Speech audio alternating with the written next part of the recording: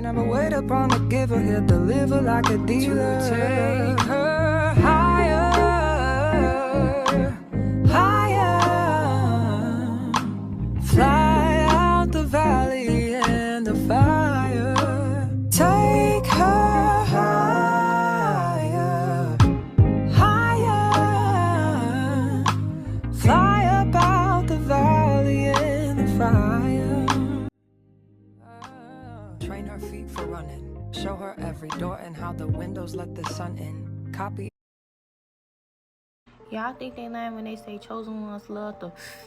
No. And everybody loves y'all, but us chosen ones got a thing for y'all. Mind y'all, many are called and a few are chosen. You will know when you're chosen. That's because that's the only thing we can cope with for our problems. Nobody will understand us. Like, nobody will understand a chosen one. That's why we so close with God. That's the only thing we thought can make us feel good. But it's really God. But yeah, most chosen ones struggle with drug abuse and addiction. And there's me. I used to be very addicted to Zah, and I used to do. But I mostly had a Zah addiction. But yeah, I thought I was never going to give up on Zah. I always said I was never going to stop smoking Zah. Like, I had a bad addiction. Like, if I didn't have the Zah, I couldn't sleep, I couldn't eat. I always get irritated, and I had the poops. And I sweat a lot. Like, for me to feel normal, I had to smoke. Until I started to get closer to God, he made me not like weed. And by me seeing and hearing demons. Mind y'all, I was a heavy chiefer and my tolerance was low. I had to literally take tea breaks to boost my tolerance up. Even though they ain't right for real. I had to get fried every day. Y'all, it's levels to this. I have multiple testimonies with. So let me tell y'all why it's bad.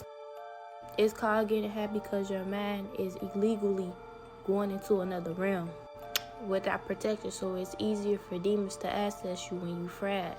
One time I was getting ready for school, and as I was about to leave out, someone told me to anoint my head. So I anoint my head. I get a text from my friend. You want to get fried? So I'm, yeah, of course. Man, y'all, I took like a 2-day tea break. It wasn't even none for real. So we getting fried. It didn't hit me until I went outside. And I'm not talking about the hotness.